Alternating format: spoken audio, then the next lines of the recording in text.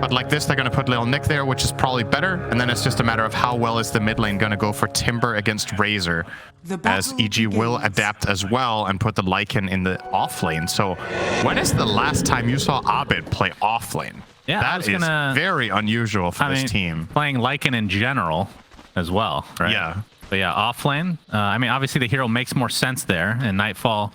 Yeah. Like the heroes make sense in their specific lanes, but not the players playing them. So what happened, right, was that the pick order of the players after the draft was over was that EG picked their heroes, and then afterwards, 5-Rat 4-Staff picked theirs, and you can't swap heroes, right, in CM. So I think if EG would have waited and let 5-Rat 4-Staff pick first, I think it would have been Abed, Razor mid, and Nightfall off lane like him. I think they're doing this because the laning setup itself is more important than who plays what lane. But obviously, if EG could stick to their comfort, I think they would still put Abed mid. So I wouldn't read too much into this. It's just a consequence of the pick order. Yep, and they kind of funny to see. Well, they talked about it in the panel as well, that these two teams have played against each other quite a bit via scrims. So obviously, they'll have a little bit more knowledge on, you know, little intricate details like this. Could be a byproduct of that, or we're just reading too much into it. There's really no way to know.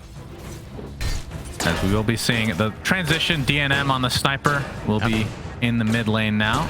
So they're going to ensure the Timber avoids the Razor lane, and they're going to be putting him bottom, which is an amazing lane for Timber here. Speed will be playing against Tiny Lycan as Timbersaw, which is awesome. And the mid lane, obviously, Sniper against Razor should be fine for Sniper. I don't know. I'm very inexperienced when it comes to this matchup, but I feel like theoretically speaking, Sniper should be fine here. And then they get the best possible side lane that they could against the Ursa, which is the Dawn Ench. So I don't think 5-Rat 4-Staff could have set this up any better for themselves. Now it's about delivering in the lanes themselves and getting off to a good start. But well, Arteezy's going to be playing his Cowboy Ursa, everybody's favorite cosmetic. Remember when this used to enrage people? And look at Dota now. Yeah, it's very vanilla now to have the cowboy hat. Yeah, but it's worth a lot of money, I'm sure. I actually have to check the marketplace to see how much it's the Alpine Stalker set is definitely one of the rarer ones. Yeah, of course, Arteezy would have access to that, being a part of EG. You know, a lot of these players that are really high profile, they get stuff sent to them by fans. Yeah. Like, what's wrong with you people? These players are rich. They're millionaires, for God's sake. As speaking of the millionaire himself, Arteezy. Are you one of those guys that goes into an XQC stream and you're like donating to Millionaire Omega Lol when somebody donates? No, because I don't go on that stream and I don't type in chat, but I think that, yes. Okay. I do think that's odd.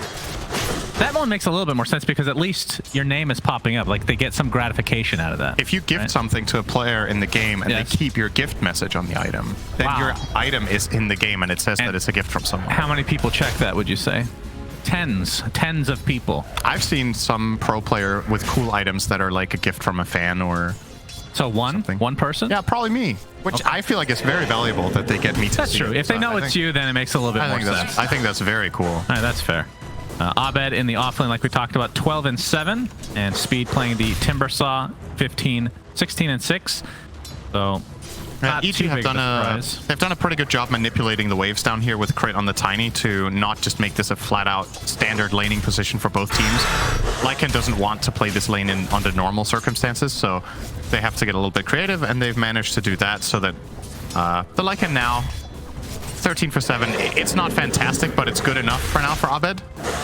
And Crit is going to look to make a move on mid, potentially, where he would have... That is one of the biggest problems for Sniper mid. This hero sucks when it gets ganked. And Tiny definitely one of the worst ones to get ganked by, but good read from DNM there. They do have the ward around that bottom area that saw Crit moving. So was unsuccessful. It's funny because Zeus had the same problem, right? And they gave him the jump ability. Sniper doesn't get that until Shard, right? So it doesn't really help him in the mid lane. Imagine if Sniper had a jump skill. Oh my god. Yeah, just add blinks to every hero. Why not? Good pressure from Nightfall onto DNM in mid. Gets basically full link, so he should deny this entire wave. Yeah, and he's sitting on a really good CS right now in 20-10. And as you can see, the Sniper, who, I mean, DNM went a little bit late into the mid lane, so not exactly the most fair comparison, but still a bit behind. A considerable amount of plastic heal is going to connect, and you see the right clicks coming from Nightfall. Not quite enough, as now Albino Zebra has TP'd. Nightfall's actually in trouble here. He can get soloed by Clock. Okay, battery assault level 2, but here comes Crit. Gets off the avalanche, but inside the cogs is Nightfall. And you can see Crit just trying to stoke this up for his mid laner. Important that Crit's there. Plasma Field just clips Albino Zebra, but I don't think they can continue on with this. As a TP in backed by DNM, but not able to really follow it up with anything more. This Dawn Ench lane is doing work against Ursa, by the way. 29 for 11 against the 19 and 3 on Arteezy's Ursa. I think this is the best part of the way that 5 Red 4 staff chose to set up their lanes, is the fact that they can actually limit Arteezy's early game with this Chen, which I don't think was something EG were expecting to happen. But Dawnbreaker is just one of those melee heroes that can go toe-to-toe with Ursa in lane. She's just that strong in the early levels. You combo that with an Ench. Ah, damn, look at that. Just bullying him away. Just the main thing you need is to have a constant influx of mana. So I need to find a way to make sure Little Nick has mana for his spells, whether that's buying mangoes or clarities or having a Basilius on the Ench, whatever you want to do. You definitely need that whole time. He has a Soul Ring now, so that will be a big help. 6-minute rune trying to be contested from Albino Zebra, but he gets tossed in the air and will be brought down to Nightfall, who gets the first blood as the mid laner this game for EG. I mean, when you get to the, let's say it gets to mid to late game, like carry potential, I mean, obviously it's way different lineups. Razor's more of an anti-carry, Lycan is more of a pusher, and Sniper's just more of like that sit back and try to right click. But who would you favor in like a late game scenario? It really depends where the fight takes place. I think if it takes place in the Radiant base, I think that's very difficult to push into, the Sniper, Dawn, Clock trio, and Chakram as well. But anywhere out in the open, I think Lycan is going to make Sniper's life in particular miserable. You really need to be careful about this matchup. So overall, I guess most conditions later on in the game, I think EG Nightfall looks to be very dead. Assassinate is enough from DNM. Nice setup there by Albino Zebra, who's been all over the place on this Clockwerk early on. As you can see, Fly being scouted out by Giant. I mean, that's another thing we haven't talked about, is the Enchantress versus Chen. How does that play out these days? Because typically, I mean, back in the day, the Enchantress was just like a hard counter to Chen. Right. The cooldowns have obviously shifted quite a lot with the Enchant and the Persuasion, so I think it's less clear-cut now. Uh-oh. Well, Arteezy gets a bit blocked, but I think they'll find this eventually. Fly will take it. Oh, he took the Purge Zebra. Okay. And inside Little Nick goes with that Starbreaker, so they'll at least get a trade. And in the mid lane, DNM getting soloed by Nightfall. Will he die to the tower? Pops the Fairy Fire and will survive, as Lil Nick actually ended up dying to Arteezy on the other side. Oh, you dropped an item there, young man. Nightfall gets killed by speed, and that's a shovel if they see it, and they will. Yep, Albino's going to steal that, so +1 neutral item for the Radiant. Regeneration. All right, we'll see how, I mean, you think neutral items are very strong, too strong. So if it's a 6 versus 4 neutral items. Yeah, then you can give a neutral item to your 6th hero. If you have a lone druid, it would have been great. But yeah, we'll see what the items... I mean, that gives you a better chance of getting an item that is a little bit more powerful for your specific hero. I think it's more about the fact that the enemy team is missing one than you having an extra, right? They will have a hero without a neutral item until minute 17. So that sucks for EG. It's not the end of the world, especially not with level 1 items. If that happens with a key level 4 item, for example, it can really be impactful in the right circumstance. Right. I mean, it's unlike the Alliance game where Nico Baby went without that just by choice for the first 15-20 minutes. It didn't happen. He didn't have a neutral item for a long time. Maybe it wasn't that. I mean, I might be exaggerating, but it was quite a while. The Avalanche is there. Penitence to follow, and Crit and company. You can see Abed in his wolf form. It will be netting him and destroying him. Let's see if they transition to the tier 1 push. What do you think about the fact that neutral items drop on the ground?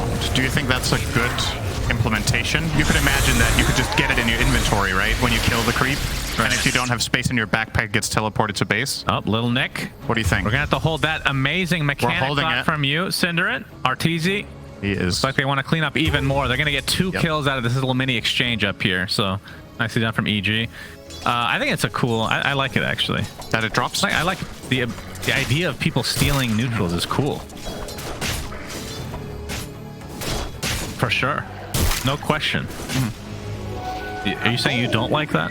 I'm not sure. I'm a little bit on the fence because I feel like sometimes it's just a lot down to chance, right? It's just like you're killing a camp and then randomly as you're killing the creep, you get ganked, and there's like, it's not premeditated from either side, so it's just like luck that it drops as you're getting stunned. Like in that example with Nightfall, right? Yeah. He's just at that camp, and coincidentally, at that moment, the neutral item drops, he's getting ganked, so they lose an item. Like, you could argue that is a moment of it's a moment of opportunity, right? But it's also just a little bit, you know. Has been killed. An early tier 1 tower taken out in the bot lane by Abed, who has kind of just been left alone. Has his Helmet of the Dominator. Classic Lycan. And we'll be going for the Vlad. I mean, talk to me about the build on Lycan these days. Is there much of a much variation? Not on the first item. I think basically every Lycan right now goes home of the Overlord, right? Yeah. But then after that, there's some variation. Sometimes you see the Axe as the next item. Some people buy Shard just for added map pressure. And some people go more of a like semi or like more of a carry route for themselves with like AC or ACBKB, these kind of items. I think in this game, the wolf form is pretty crazy on Ursa. So you could go Ags, but with the entirety of their lineup taken into consideration, I think AC is probably the best overall item. We got the Centaur stomp onto Little Nick, the second one to come, but the TP support has come with the sniper in tow along with speed. You can see the chakram, and yeah, Fly might have to be the sacrifice. Assassinate is there. So TNM and company doing a nice job of kind of countering this EG gank. But bot lane on the other side, trying to take out Albino Zebra. The hookshot's going to miss, and Little Nick has come with the Solar Guardian, but they're not going to get any kills out of it other than that troll. But I have to say, I mean, they're down 1k right now on the side of 5-4 but I feel like they've looked pretty good. Obviously, this is going to basically even it up. Well, as I say that, it increases to 2k, but they're definitely holding their own. I think the biggest problem in this game is just the sniper mid has been exploited a little bit. Aside from that, it's an even game across the board. He's the one who's behind. And the issue with that is Sniper does not play very well from behind, so you would have ideally loved that hero to have a better start than this. At the same time, it's not disaster territory by any means, but you just know that you take into account that he is playing against this Tiny who's going to get a dagger as well as the Lycan. It's definitely a little bit problematic, and he will have to get a pike probably very early. Oh, Lil Nick getting caught off guard again. Static Link with the toss set up.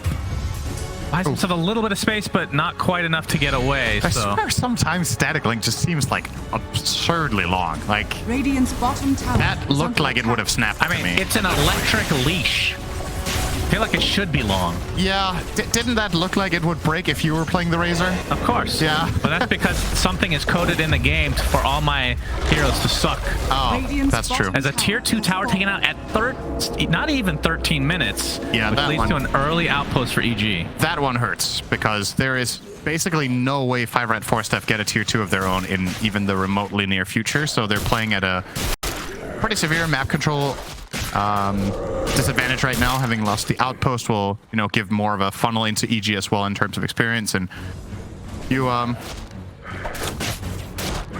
also going to struggle about the Roche. We haven't really talked about that very much, but the Radiant's Roshan taking capabilities are god-awful, and the Dyers are very good. So that will be an objective that EG has their eyes on, in addition to having better map control. So any move mid now that is successful for EG will just give them a free Roche. You've got to really be careful if you're 5-4 Steph about how you place your heroes on the map. Yep, and it's one of those, I mean, we talk about this all the time, but Ursa is balanced around the fact that you're going to be killing Roche. So if you're able to deny that somehow, which, I mean, looking at 5-4 Steph, they're going to have trouble doing that until late. I wonder what Ursa's win rate is when his team doesn't kill Roche. Yeah, that would be a really interesting stat. It's got to be pretty bad compared to other carry heroes. It's literally like balanced around the fact that you're expecting Roche to go his way a majority of the time. So, but we'll see. See if they're able to contest. I mean, in terms of like the actual Roche fight, you got the hook shot for the potential steal. You got TZT being top here. Diffusal, no mana. Yep, speed. He's going to get some heals coming in. Pops the wand as well. And Lil Nick gets a nice stun onto Arteezy, who's going to turn his sights onto Little Nick instead. And speed trying to run away, but Nightfall has come now. And inside the cogs, it looks like Albino Zebra does a nice job of separating Arteezy from the rest of the pack. So he's the sacrifice this time. Toss. Not quite enough. Speed still trying to buy a little bit of space here, but you can see in the bottom lane, Abed is just pushing the tier 3 tower as the rest of 5-Rat 4-Staff just trying to get the hell out of here. Little Nick into the trees. Looks like he attempting to TP out the avalanche. Oh my god, that was so close. Actually, amazing escape play there from 5-Rat 4-Staff. The fact that Timber and Dawn got away there was pretty incredible, but you know, as flashy as it looks, you still got pressured really hard bot, like you said, and you are going to lose the Roche. So without any kills, this is still a major win for EG, but it could have been a lot worse. Does he have 3 centaurs, by the way? What is this? It's 3. Yep. And now another stun. Well, now technically he has another 3 stuns. So. Yeah. You should have like a sacrifice button on that mud golem. You stun him once, and you just hit the sacrifice button, and it kills him immediately. What an insane creep. You think that'd be too good? Yeah. Really? That would be crazy. All right. If you could just choose to get 3 rock throws in a row. Yeah. But then you die right after. Well, Golem does. Yeah. And if you don't kill the target within 5 seconds, your hero dies as well. Okay. Now we're talking. You know, I love high risk, high reward things like Oracle spells and stuff. Yeah. You know, upsides and downsides. Yeah. You know what? How about that for a hero spell design? You give yourself a timer, and if you don't find a kill, you die. That was kind of gambler, honestly. From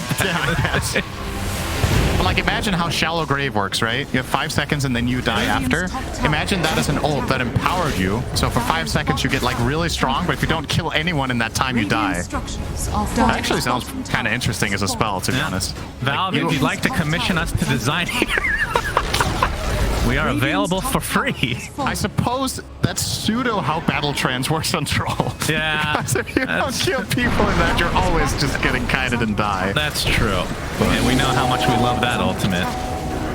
3.5 minutes left on the Aegis. The Speed is still pushing the tier 2, and I don't think he's just going to get this, huh? Yeah. I mean, there's the fort. And let's see if he continues. I mean, there's still a siege creep here as well. Under attack. And finally a TP comes, but a lot of damage to this tower as Arteezy is the one defending with that Aegis. I don't know what took them so long with this defense. I don't know if they have TP cooldown on Ursa there, but I mean, he has Aegis, so I don't think he's very exposed by TPing down there first. Yeah, Speed's got to be pretty happy about that. 80% of the tower's gone, and that would open up for them to get the outpost in the top half. Yeah, I'm an EG with a 2k lead.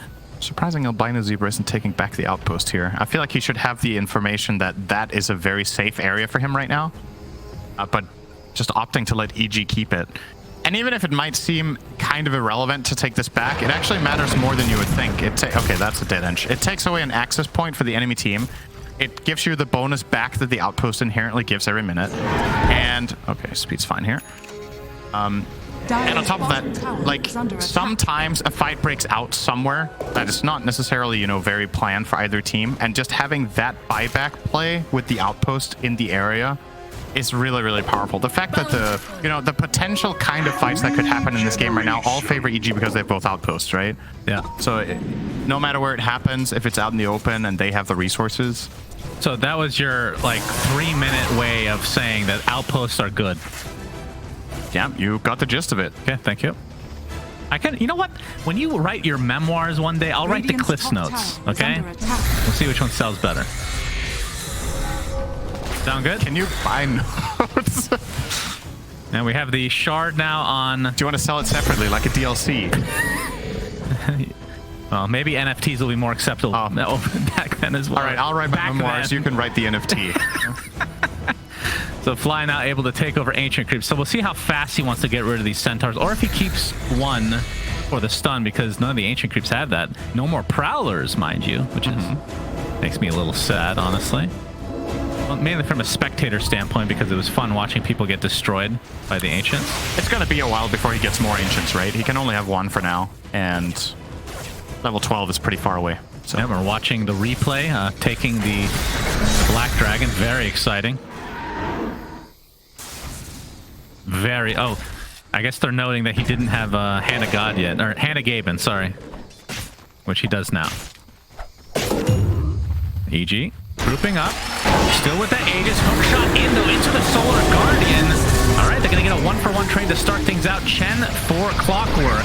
As Lil Nick forced to use his BKB, but he's getting chased by Arteezy. And Speed, speaking of getting chased, has the leash from Nightfall applied to him. Speed? Oh, is he actually going to get out? No, Abed is way too fast, but the Timber chase to the other side. Nicely done. Some way, somehow he lives. As Arteezy continuing his rampage, just deletes DNM. Has a mega kill. Looks like he might drop, but he, again, will be able to revive. The buyback now onto the Clockwerk. As Nightfall just covering Arteezy. Oh, big toss back. This is going to be a dieback onto Albino Zebra. So EG clicking on all cylinders suddenly is Lil Nick. Looks like he'll be next on the list, and just like that, it's a 4-for-1. If you count that dieback, well, technically it's a 6-for-1 then, isn't it? No, 5-for-1. NA math. What's 4 + 1? I forgot that Timber didn't die, Syndern, okay? He had 1 HP. But I guess depending on how you look at it, you could technically call it 6-for-1 because you didn't only die twice, you also lost the goal of the buyback. Sure. So I'll give you the benefit of the doubt. Let's say that was what you meant. Sure, I meant that. Yep. Yeah. You're really selling it. But like yeah, the footnotes of the book. Cliff's Notes. Oh. That's different. Very different, actually. What's the difference? Nobody reads footnotes. Oh. Cliff's Notes are very important to American society, otherwise nobody would actually pass their classes, because nobody likes to read. Gold for me. We are covering NA. You need to understand NA culture at its best. As Crit gets out the avalanche toss back into Arteezy's arms.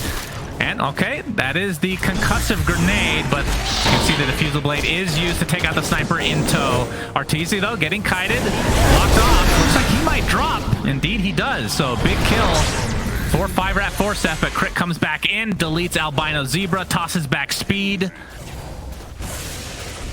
And it looks like Nightfall and company actually get more aggressive here. Not sure if they want to chase into the actual base, as the Dawnbreaker will connect with the BKB just in time from Nightfall, continuing to chase Giant. Well, he'd probably taste them too because it is a deer, which we both had, and it's very delicious.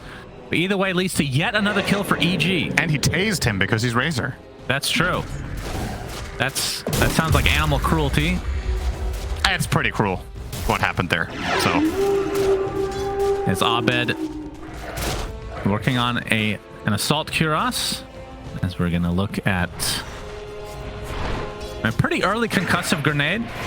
He had no choice. Yeah. So I feel like that's most games on Sniper, because if you're picking a Sniper, they're gonna pick something that can just get up in your face. This is a really nice play from Crit. Blink and Avalanche, and then he has the toss to reset out. If he uses both or uses just the toss, I think he ends up dying to the Timber there. So nice little reset play. Also want to commend 5-rat 4-step on. They've done a pretty damn good job in this game at escaping hairy situations, right? We had the play top earlier with 2 of them escape. Then we had the great escape from Speed at the top tier 2 of their own. So they've done a good job mitigating losses, but the problem is they're not finding kills of their own. Like, they keep escaping. And I think the biggest problem they have in terms of posing a threat is just that this sniper has been shut down really hard strategically in the game. Having to buy concussive grenade is 1,400 out of the bank.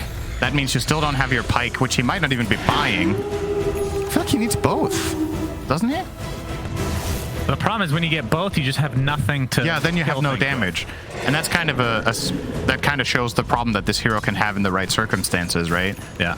Like if you have to itemize like that and to feel happy, then it's about choosing the lesser evil here, which might be the build that he's going for, honestly. I mean, obviously concussive grenade is cheaper than upgrading the Dragonlance to a pike, so this way maybe he can buy some more damage. Crit. EG. Increase this to an 8k lead now, as Crit is going to get hook shot. Up the Avalanche, here comes the Solar Guardian, so it looks like Crit is done. The rest of EG, not sure if they want to fight. Kill off yet another Ancient, but Lil Nick taking heavy damage in this engagement. BKB for Arteezy. I'm not sure how long ago that was picked up, but it is at the 9-second mark. Also has that Blink Dagger. We're going to see a smoke now from 5-rat 4-staff. Gold is a... No hook shot for another 24 seconds, though. So, their initiation without that. What else do they have? It's just really Timber Chain. It's kind of Not the most reliable. Well, Sniper can concussive grenade himself in. Yep, that sounds like a winning play. That is catch, because the enemy team is going to turn on you, so you have caught them. They catch you, yeah, in that case. And Nightfall getting very close to a refresher orb already. That's going to be really interesting to see how good of a timing that is. That was not what he wanted. Albino Zebra is just dead inside his own cogs. He was trying to hit Tiny, who sidestepped it, and then he hooked Roche. That sucks. Roche is a very powerful creature, unless you're a bear, because that makes sense. Bears overpower whatever the hell this thing is. That is a second Roche for EG. Immortality. Aegis and Shard, which I believe was consumed by Arteezy, so the Earth Shock will give you the little mini enrage. Regeneration. Still one of the best shards in the game, probably. Yep, it's been nerfed a couple times, but agreed. Heal us. Up Diffusal. Giant is dead. Arteezy, top net worth in the game by a pretty respectable margin. Struggling to see us under the end shield. It lingers after you die, so it's just healing the creep. Oh yeah, I forgot about that.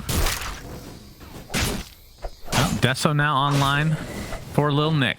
So he has the BKB Deso, and his main way to enter fights is with his ultimate. Other than that, the main initiation still seems quite reliant on just that. The hookshot from Albino Zebra. Catching Nightfall. Solar Guardian to follow with the BKB from Nightfall. And now the chase onto Little Nick. Pops that plasma field, and he is doing so much damage to Little Nick. Gets off that Dawnbreaker, but only connects with a couple of right clicks. So he falls very shortly after. Is Arteezy not scared of anybody. Has the BKB. Still with the Aegis and everything in tow, as DNM is going to be next. And this is looking like the beginning of the end of game number 1, EG. They have the push potential, and they have the net worth lead right now. I just feel like DNM can't play his hero in this game. It's just... Radiant's bottom tower you really like when you see the potential that 5-Rat 4 staff have when they get to initiate the fights like this. Obviously the BKBs are becoming a big problem for them as well. It shuts down their Timber largely, but it's just got to be miserable playing Sniper. Yeah, it's just not having a good time at all. He did opt for the Pike, by the way, so he double dipped on Escape, and it just still doesn't really matter. Yep, so that's 2 sets of racks, and going for the third. I don't know if they're going to be able to stop this. The toss back again. Nicely done from Crit. They're able to clean up speed very easily. The Enchantress' next. Little Nick has to walk away with that BKB activated. And the buyback did come from the Timbersaw, so speed. Looks like he might be able to get the Aegis, but only a range Rax remains for 5-Rat 4 staff. As you can see, the Wolves continue to apply some pressure there. Not sure if EG are going to continue on, as a hookshot's going to keep Nightfall in the base. He buys his Shivas before he drops. Either way, EG very happy with this total exchange. Oops. Yeah, better. Well, Sniper, at the very least, for his sake, got that killing blow, so he got about 1,000 gold for that kill. Will probably pretty much cover his buyback that he had to expend there. I do believe, at least. Did he buy back? Maybe he didn't, actually. Well, Enchantress is dead. Oh, well, what do you know? Fury swipes. Good ability. Yeah, this is another problem for Sniper. Even if you have these 2 escape, now that Ursa has Basher, he can actually still kill you. You can die before you get to react if he bashes on one of the 2 first swings when he blinks in. Yep, on. Speed has to be careful. Needs to Timber chain away, but inside the cogs, nicely done from Albino Zebra, but saves speed for a little bit. But not going to be long enough. Oh wait, he actually Timber chains away. Little Nick, okay, they're layering the stuns quite nicely, so Arteezy takes a tumble. And DNM, nope, he's going to get Avatos into oblivion. So another kill on the Sniper. As Albino Zebra trying to TP out, but will not make it. The Dragon Grave crits for 530 with Really? Shapeshift. Goodness. So insane. This just felt like a really good Ursa game. I mean, you have 3 strength heroes, you have, and obviously Ursa's just amazing against Timbersaw. And it's good against Enchantress because you pretty much make up for the untouchable. Yep. And it's really sniper is, you know, you just get a blink dagger at some point. Yep. Or you just have other heroes that kind of jump them, which is exactly what they have.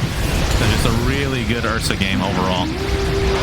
Great use of that last pick for the game. They did take a lot of time before they picked their last hero, but well worth it here. The choice they made was super high impact. That's Mega Creeps for EG. And they might just try to end it as soon as Arteezy is up. Might just chill for a moment here. Yep, they do not want to risk it. Just trying to play as disciplined as possible as Arteezy's back in 5 seconds, so expect them to regroup. And I highly, highly doubt they wait for the Aegis as hookshot onto the creep, but Albino Zebra finds the space to get Nightfall inside of those cogs, who actually pops his refresher along with the BKB. And down goes Albino Zebra, no buyback. And this is where I believe 5-Rat 4-Staff will end up falling. Although DNM has nice high ground capabilities. He's hitting them? Yep, he's hitting them with that Dragon Lance. As Lil Nick somehow able to limp back to base. At speed. It's actually doing a pretty good job of not dying, if I'm being honest. Yep. In a lot of these engagements. I mean, EG have 32 kills and he's died once on Timber. Usually when you get stomped that hard on kills, so it's kind of more more spread across the board. But yep, and Arteezy's still chasing him. Oh my god, he actually found him. All right, you cursed him. He doubled his death since he started talking. 100 seconds, no Timber. This should be the end of the game, EG. Middle tower is under attack. Just chill here, take it easy. Slowly but steadily take down the towers with crit. Has to fire the assassinate, and Arteezy just trying to finish this one off in style. The Dawnbreaker gets off the successful ult onto Arteezy. A little Nick will have to hammer back to Fountain just to try to survive a little bit longer. That was pretty brave from Lil Nick. If he got bashed there while his hammer was in the air so he couldn't converge, he could have just died. Wow, very risky business when you're down Mega Creeps and about to lose the game anyway. Yeah. I don't understand that comment at all. That was a real analysis from you. That was really risky. They're literally about to lose the game. Cinderin. That's what we're watching right now. As they are farming the fountain. Okay? They're farming the fountain. The Ancient is dying. The game has ended. No GGs. Interesting, actually. Oh, they're coming out now.